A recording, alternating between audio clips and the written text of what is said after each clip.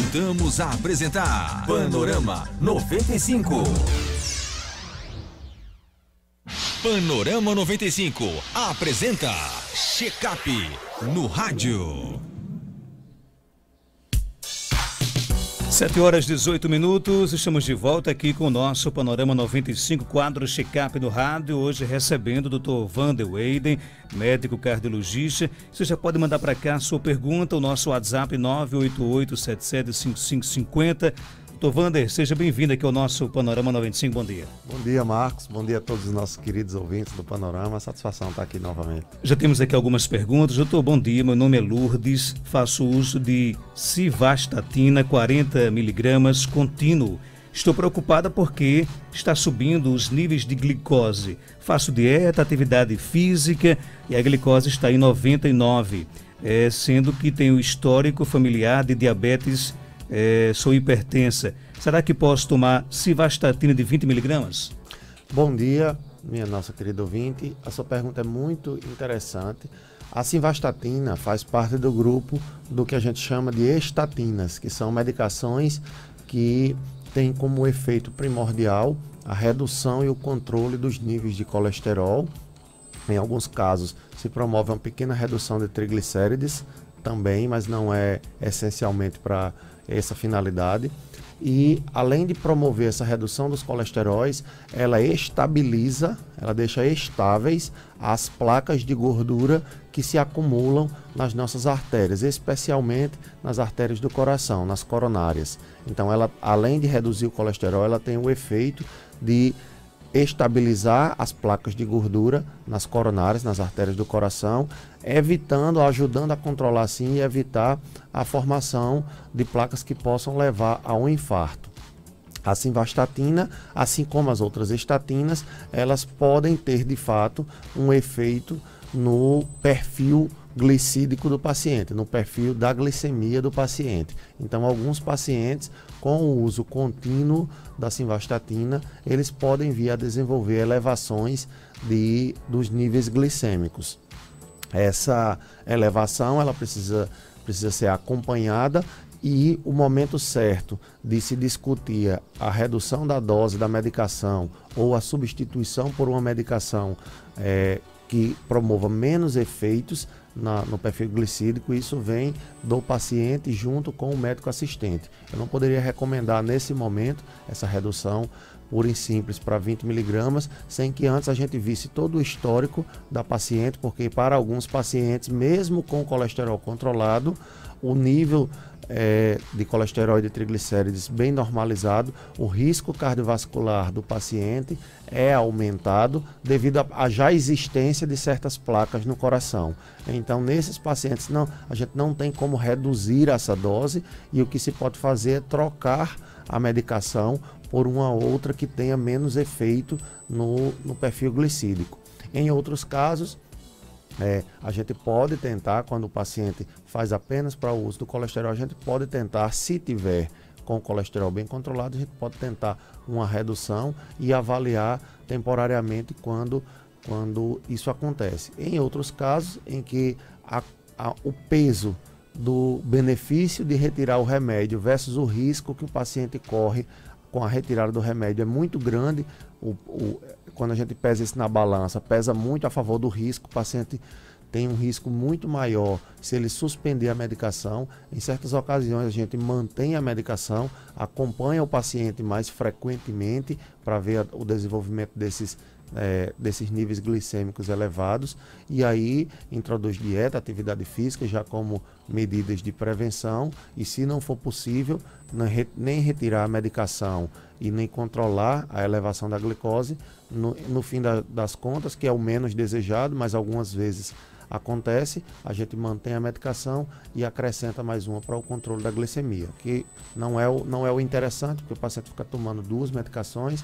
A gente sempre tenta as alternativas, trocar o medicamento, fazer dieta e atividade, controlar, mas aí, em último caso, se isso não é possível, a gente acaba colocando as duas, mantendo a estatina, se for absolutamente necessário, com o acréscimo de uma medicação para controlar a glicose.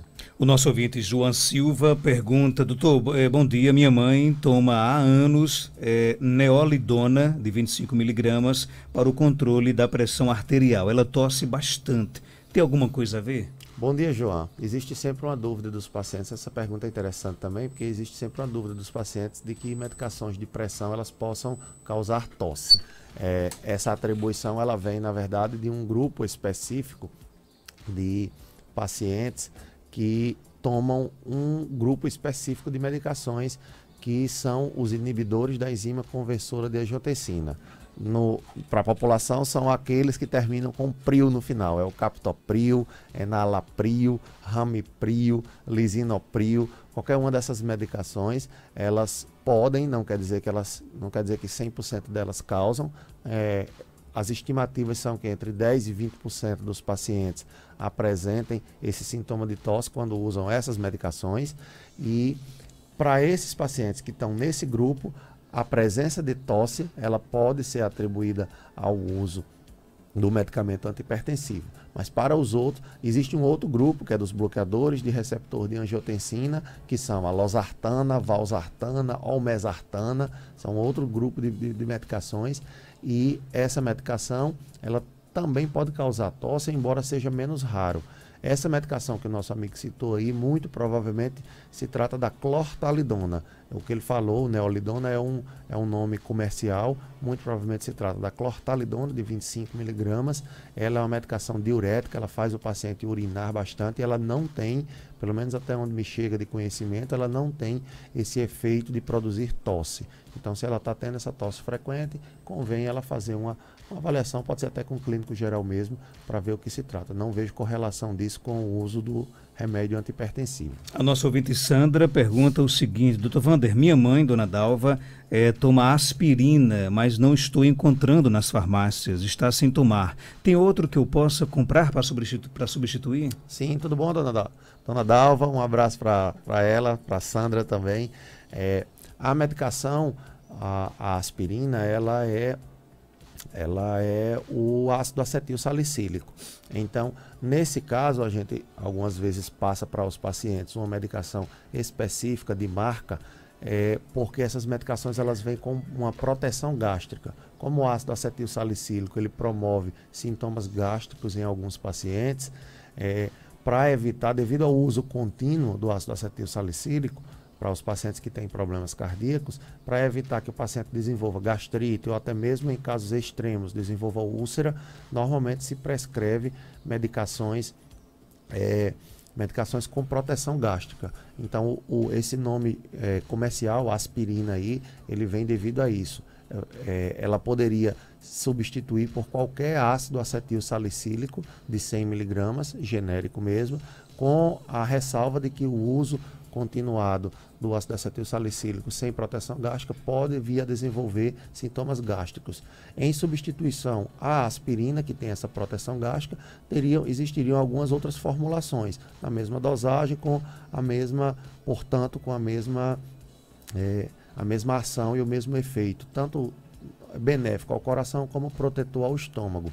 Nesse caso aí a gente teria o AS Protect, por exemplo, ou o Ecazil ou o Somalgin Cardio, que são medicações que fazem exatamente o mesmo efeito desde que utilizado nas mesmas condições e com a mesma dosagem, tá certo? Tem mais pergunta aqui no nosso WhatsApp, 988775550. Doutor Wander, sinto uma dor na barriga do lado esquerdo, aí eu arroto e minha saliva é só espuma, mas essa dor é só quando eu tenho a dor e não é diariamente. O que é que pode ser? Pela descrição, parece se tratar de algum processo de dispepsia, né? A gente chama de dispepsia, basicamente, sintomas que o paciente tem atribuídos ao excesso de ácidos no estômago ou algumas vezes ao excesso de comida dentro do estômago, e isso pode provocar alguns sintomas, ou alguma dispepsia. Dentro desse grupo a gente poderia incluir também a gastrite, a úlcera péptica, todos eles estão relacionados à presença de muito ácido no estômago, ou em algumas ocasiões, o que também pode ser bem provável aí nesse caso, doença do refluxo gastroesofágico. Parece, desculpa, parece pelas informações que ela nos passou aí, que se trata de um sintoma relacionado à atividade alimentar. Que depois que alimenta-se, tem o arroto e quando arrota, sai essa espuma. Então, é algo que parece estar bem dentro do trato digestivo. Eu apostaria aí nessa doença do refluxo gastroesofágico ou dispepsia como possível manifestação inicial. É óbvio que não dá para a gente fechar o diagnóstico aqui, precisaria de uma avaliação mais detalhada, mas como direcionamento inicial eu daria isso de informação. Dr. Wander Weyden, sempre que tem algum tipo de estresse, né, apresenta dor no peito e dor no braço esquerdo. Quero saber se posso estar com algum problema no coração. Quem pergunta é Manuel, do bairro Paraíba. Bom dia, Manuel. Abraço para todo mundo do bairro onde você nasceu, né? Não, eu nasci no Vila do Príncipe. Meus avós é que moram lá. Um abraço para seu Manuel e para dona Maria, que estão ali na rua Manuel Félix. E, seu Manuel, é o seguinte, o sintoma de dor no peito com irradiação para o braço esquerdo, ele pode ser causado por doença no coração, por isquemia miocárdica, que a gente encontra manifestada de duas formas, de angina ou de infarto. E esse mesmo quadro clínico de dor no peito, passando para o braço esquerdo, ele pode ser relacionado apenas à manifestação da ansiedade. O que nos confunde até os médicos mesmo. O que torna difícil esse diagnóstico é o seguinte: a ansiedade por si só, ela pode apresentar o sintoma, sem o paciente ter nada no coração, é apenas uma manifestação. Eu sempre uso o outro exemplo, que é um exemplo mais comum, que é a pessoa quando está muito nervosa, que dá um piriri. Ela vai no banheiro direto, ela dá um piriri. Ela vai lá no banheiro porque dá uma diarreia nela. Né? A gente sabe que nitidamente ali a pessoa não está com um problema no intestino, não está com câncer, não está com uma doença inflamatória, ela está apenas com a manifestação da ansiedade. Isso seria a mesma coisa da pessoa ter uma dor no peito, irradiando para o braço, apenas como manifestação da ansiedade. Não há doença no coração, há apenas a manifestação. E isso pode acontecer. Ao mesmo tempo, o que pode acontecer, a outra possibilidade, é a de o paciente ter de fato uma doença no coração, essa doença no coração provocar uma obstrução, uma angina, e em certas condições que estressam o coração, por exemplo, uma ansiedade maior, um estresse, uma emoção muito forte, mesmo sendo positiva, ou um estresse físico, o paciente faz uma atividade física muito intensa, fora do seu padrão normal, e isso acaba sobrecarregando o coração e desenvolvendo o sintoma relacionado à doença do coração. O que torna difícil para a gente, muitas vezes, é saber diferenciar se o paciente que tem ansiedade e está sentindo a dor no peito, ele está sentindo porque é só a manifestação da ansiedade, que nem o piriri, ou se é a ansiedade provocando uma alteração no coração e isso levando à dor. Aí precisa de uma boa história clínica mesmo e algumas vezes exames complementares para a gente fechar esse diagnóstico. Agora a nossa ouvinte pergunta, e por exemplo, um jovem com dores no peito e mãos trêmulas. Aí é um pouco mais complicado? Aí por incrível que pareça, me dá o piriri. Diminui as possibilidades da gente se tratar, pelas duas palavras que ela me diz aí, pelo fato de ser jovem e de ter as mãos trêmulas. O tremor de mãos não é um sintoma muito característico, não é um sintoma presente comumente nos quadros clínicos de angina do peito, de isquemia miocárdica, nem de infarto. Então, além disso, não é comum também, não é frequente, aliás, bastante raro que pacientes jovens, ela não descreveu a idade, mas eu presumi aí seus 20, 30 anos, acredito, uma pessoa mais jovem tenha infarto nessa idade, a não ser que ela acumule uma série de fatores de risco. Mas não sendo, é bem raro que o paciente nessa idade, sendo jovem, ele tenha doença no coração. Então, pelo fato de ser jovem... 16 anos de idade. De ser muito jovem demais. Então, ele teria que normal nesse caso?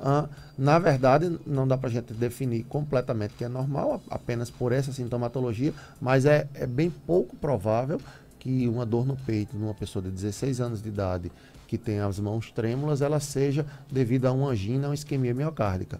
Não está excluído aí a possibilidade de existirem outras doenças do coração. Existem algumas cardiopatias que são congênitas, a pessoa desenvolve já desde o nascimento. Ela tem já desde o nascimento. Algumas delas se manifestam já ao nascer, outras passam a se manifestar numa fase mais avançada. E aí ela pode dar diversos sintomas, um deles dor no peito. Então pessoas jovens podem ter dor no peito, que é do coração e que não é necessariamente a angina e a isquemia, pode ser cardiopatia congênita. As mãos trêmulas aí nessa história é que talvez dê esse diferencial de dizer que pode não ser que se trata de fato de nada do coração, pode ser um quadro de ansiedade, mas convém que seja avaliado de fato. Mas você fala sobre essa questão de ansiedade e eu conheço muitas pessoas, até alguns colegas aqui da rádio, que ficam tão ansiosos que gelam, né, ficam nervosos, Exatamente. dá aquele aperto no coração. Então a ansiedade, ela é ruim para o coração? Sim, ela é ruim, principalmente ela existindo no estado contínuo. Você ter esse estresse contínuo no dia a dia e sendo submetido a esse ambiente estressante, seja em casa, seja no trabalho, e seja em qualquer lugar, sem que você procure se relacionar melhor com isso, porque algumas vezes a gente vive num ambiente do qual a gente não pode simplesmente dar as costas e ir embora. Às vezes o estresse está dentro de casa, com a família, às vezes o estresse está no vizinho, não dá para se mudar e nem dá para mudar o vizinho, às vezes o estresse é no trabalho e a gente não vê possibilidade de mudança de trabalho. Então, nesses casos, a melhor coisa que se pode fazer é você tentar trabalhar na sua cabeça uma melhor relação, como é que você pode se relacionar melhor nesses ambientes, procurar uma ajuda profissional. Para isso tem psicólogos, psiquiatras que ajudam com algumas medicações para você controlar a ansiedade. A ansiedade contínua, o estresse contínuo, ele descarrega, ele ativa o nosso sistema adrenérgico, o sistema simpático, descarrega a adrenalina, e isso sendo contínuo, frequente ao longo de anos, pode ter efeitos danosos de fato para o coração. E para um paciente que já tem a doença no coração, um episódio de estresse sendo muito intenso, muito agudo, pode ser a gota d'água que estava faltando para transbordar e para vir o paciente a apresentar um evento cardíaco mais forte. A nossa ouvinte Flávia está lá em Cruzeta e pergunta: doutor, eu sinto muita dormência nas mãos, o que pode ser? Bom dia, Flávia. Existe o diagnóstico diferencial para a dormência nas mãos é extensíssimo.